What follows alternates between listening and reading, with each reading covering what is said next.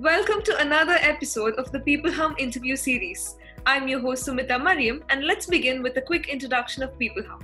peopleHum is an end-to-end, one-view integrated human capital management automation platform, the winner of the 2019 Global Cody Award for HCM that is specifically built for crafted employee experiences and the future of work. We run the peopleHum blog and video channel, which receives upwards of 200,000 visitors a year, and publish around 2 interviews with well-known names globally every month. And now for our guest, Mary is a talent strategist and business leader with almost 15 years of experience in helping organizations achieve their goals. After working on the operations side of startups and small companies, she landed in HR by way of learning and development with extensive experience in leadership and organizational development, strategic planning, coaching, key talent planning, talent acquisition, and a lot more. We are extremely happy and honored to have her on our interview series today. Welcome, Mary. We're so happy to have you. Thank you so much. I'm happy to be here. It's absolutely our pleasure. So, Mary, moving on to the interview, the very first question I have for you, you have completed more than 15 years in this industry. So what ignites this feeling of excelling every day for you? I think it really comes down to the fact that deep down, I'm just a problem solver. I've always enjoyed working in areas where I can kind of look at what's happening and really get to the root cause of what's happening and try to help people get by it. So even before I was in HR, when I was working at startups and in the operations side and trying to figure out how to make things work for a startup that didn't have any resources. I just really enjoyed figuring out a way to make work better and to help people kind of achieve their potential. So that's what I'd love to be able to do now and continue to do in my job. Wow, that's nice. So if we can move our focus a little bit to employee engagement, what do you think are the habits that successful managers can practice when it comes to employee engagement? I mean, the biggest thing that managers really need to be able to do is to build trust with their teams. And it really comes down to, do you know your people? Do you understand them as human beings? Can you connect with them in some way? I mean, you're not going to like everybody that you ever work with. It's just the reality of personalities, right? But you can find a way to connect with each and every one of them. And that human level really helps you build that trust. And then once you have that trust, it's about listening. It's about helping your employees provide value. I think that's something that everybody wants to do. I mean, employees don't come to work every day thinking, how am I going to be the worst absolute worker this place has ever seen? They want to be successful.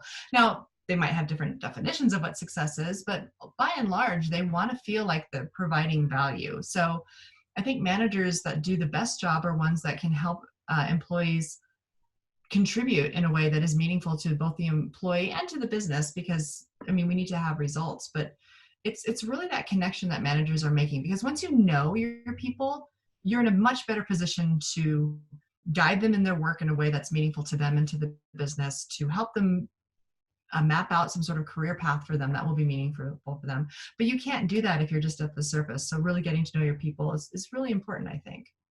Yeah. So do you think, that communication part of it, very essential in a professional and in a personal level?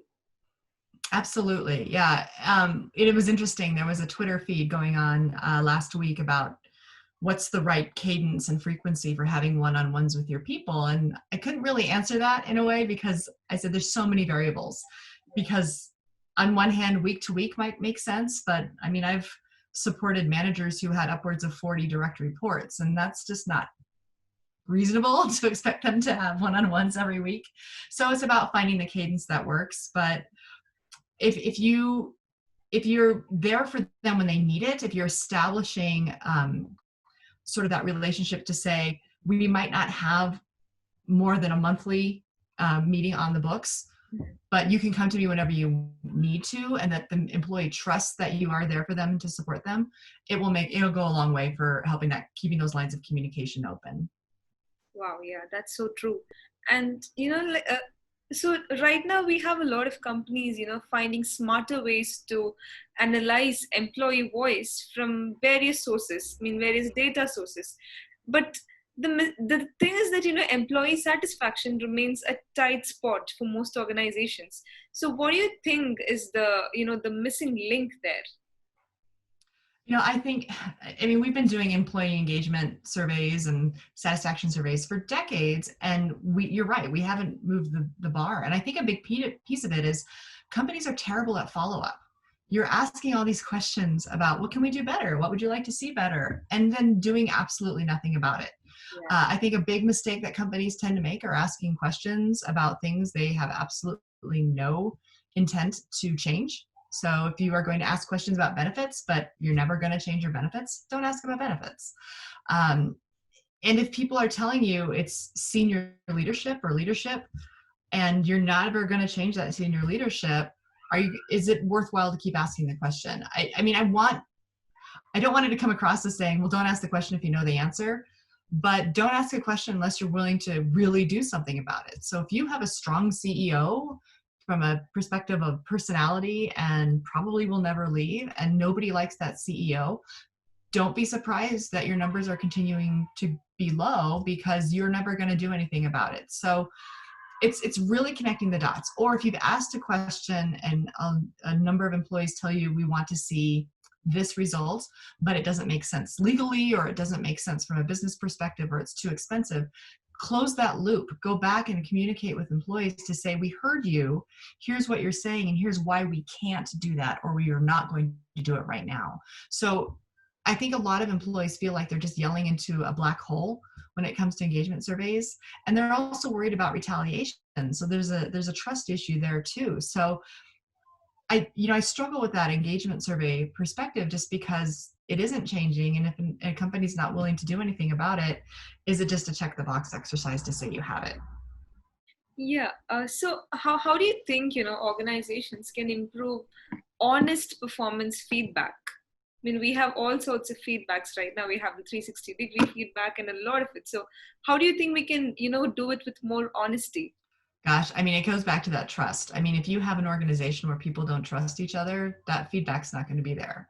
Um, it was interesting. I just reread Adam Grant's book, Outliers, and he talks about a company where honest feedback is like their thing. They have all these principles, and even during the interview process, you're expected to argue those principles and give feedback and really talk about how it's going to happen.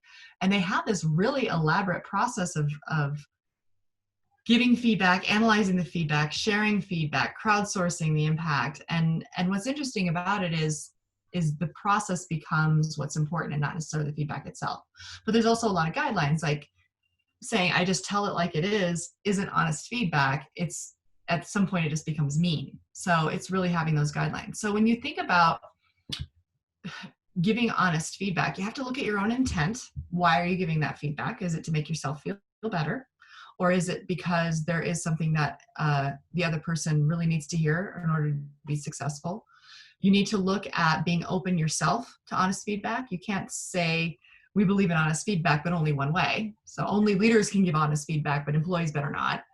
And really looking at that retaliation challenge, because I think that's the number one thing. No matter how good a relationship you might have between an employee and a manager, there is still a balance of power that is on the manager's side. So being honest about what that looks like and how that plays out, and understanding that an employee will almost always hold back a little bit because of that balance of power. I don't know that you can get to a fully 100% honest feedback unless it truly is the DNA of your organization. So I think we can get better at feedback, but it really comes out about being honest in our intent and how we want that feedback to be used. Yeah. So do you think it largely depends on the organizational culture that, each organization have? It could be, yeah. I think it's interesting. I've worked for an organization that had a really, we'll call it strong culture. And it was a challenging culture for a lot of people. I enjoyed the work I did there, but it was tough. And one of the basic tenets of the culture they always said is like, we want honesty. We're a tell it like it is organization.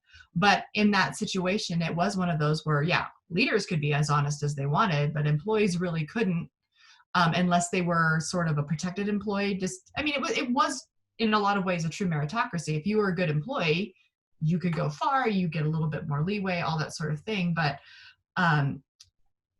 it's one thing to say your culture wants honest feedback, but it's another to live what that culture really is. And so I think the culture is what it is. It happens regardless of what you want it to be. And so you really have to take a hard look at what your stated culture is and what your experienced culture is. And if your experienced culture does not support feedback, it doesn't matter what you say, it's just not going to happen.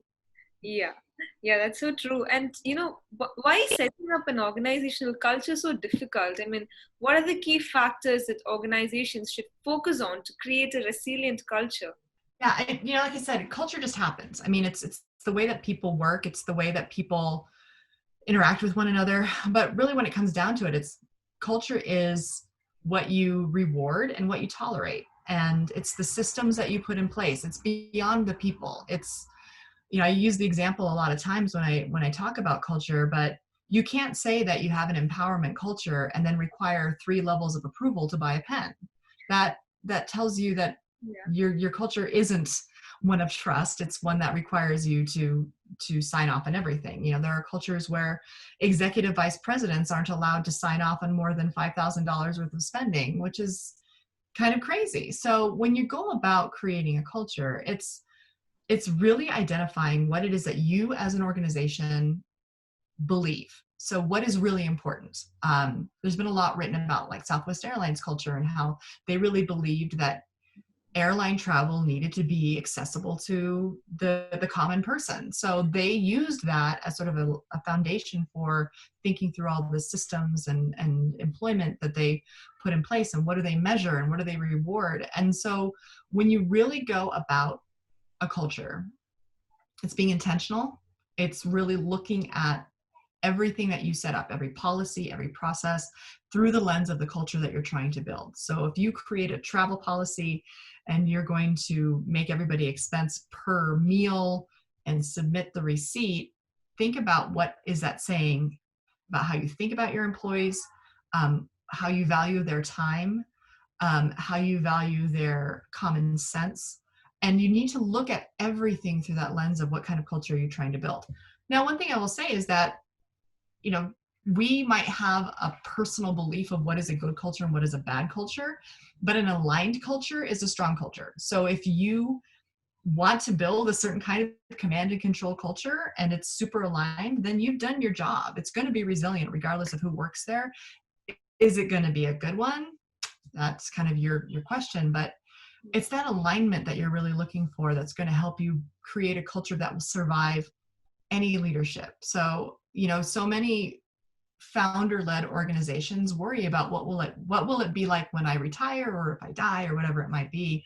And some of those companies just can't survive because it's so about one person. So when you're really looking at building a culture that will survive the current leadership, that leaves a legacy that you want it to continue, it has to be about everyone and the system, not just one person. Yeah, that's so true. And do you think, we have to align our organizational goals to, our organizational culture? Do you think the culture has to play a significant role in, your organization achieving those goals? I think it goes a long way in how you execute on those goals. So if you are setting some really big aspirational goals and you're not going to necessarily, and your culture is not one of celebration, so you don't necessarily celebrate milestones or incremental success. You're only going to celebrate when you reach that end goal, and that end goal comes 50 years from now.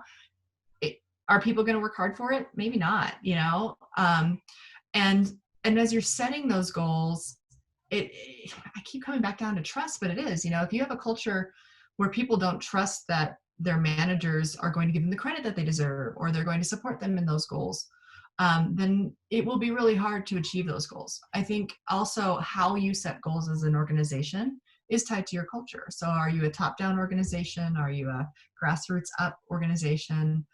All of those things play into how you will set and achieve those goals. And I think a culture of adaptability and flexibility tends to be more successful, because I don't know if you've ever experienced the setting of annual goals but I've yet to have an annual goal that remained unchanged for 12 months in my entire working career.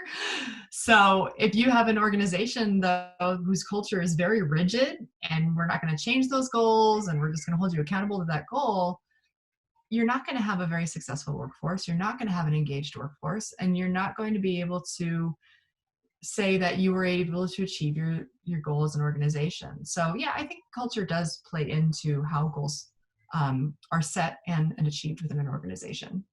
Yeah, that makes a lot of sense. I mean, that there is that correlation, and you explained it beautifully. So thank you so much for that. And just maybe just to kind of wrap up the interview series, if you have any last important sound bites that you would like to leave our audience. Oh, sound bites for the audience. This is great. So I mean, I really think trust your people. Your people have a lot of really good ideas. They are doing the work on a daily basis. They experience the pain of interacting with your customers or interacting with your suppliers or interacting with each other. And so they're going to come up with a lot of real practical good ideas. If you are not listening to them and if you are not considering them with a good weight, you're really leaving a lot of things behind. So just listen to your people. Yeah, that's wonderful. And I just loved all your, pointers on having trust and that relationship. That was wonderful. And it was wonderful talking to you, Mary. I had a truly enriching experience. And the past few 20 to 30 minutes were amazing for me. And thank you so much. I'm sure it's going to help our audience also a lot. So take care, stay safe, and I will stay in touch with you. Thank you so much. I enjoyed it. Thank you, everyone, for listening.